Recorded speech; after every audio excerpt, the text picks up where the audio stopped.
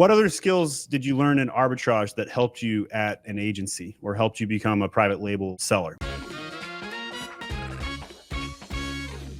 Most of it is in terms of like deal with troubleshooting, because when you are doing arbitrage, I had my own brand in the past, but also I did arbitrage at the same time. And I made a mistake because I joined arbitrage and private label on the same account. So you have a lot of IP complaints most of the time with arbitrage because you're buying the products from distributors and you're reselling the products on Amazon. But sometimes you have brands that they are going to complain about you selling the products, even though you're not a hijacker because you have the proof and Amazon approve it. They are going to try to send you like a lawsuit or something like that similar. And I had to deal with sanction 3 of Amazon, which is very, very tough to recover the account. Actually, we recovered one of the accounts for sanction 3 on Subisu here at my Amazon guy because I knew how to do it. You have to present a lot of documents and be very, very persistent with customer support. But there are some ways to like avoid certain things. And I think that's the most valuable skill that you can get from arbitrage.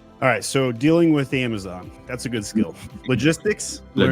I started with using my own house as a 3PL at the beginning, and then I had to scale up a little bit using a 3PL outside of my house. So you have to like plan very, very well the logistics because you want to keep winning the buy box again and again and again. If you run out of stock, the other sellers are gonna win the buy box right off the bat because this is a numbers game. You have to have every single day products to sell. So yeah, definitely logistics you have to learn for sure on arbitrage. Okay, I'm taking a couple of notes here. Last arbitrage question. When you were selling arbitrage, did you do any ads? No. Did you do any brand registry work? Brand registry work for the I'm expecting no's to these questions. So you didn't do any ads, didn't work on brand registry.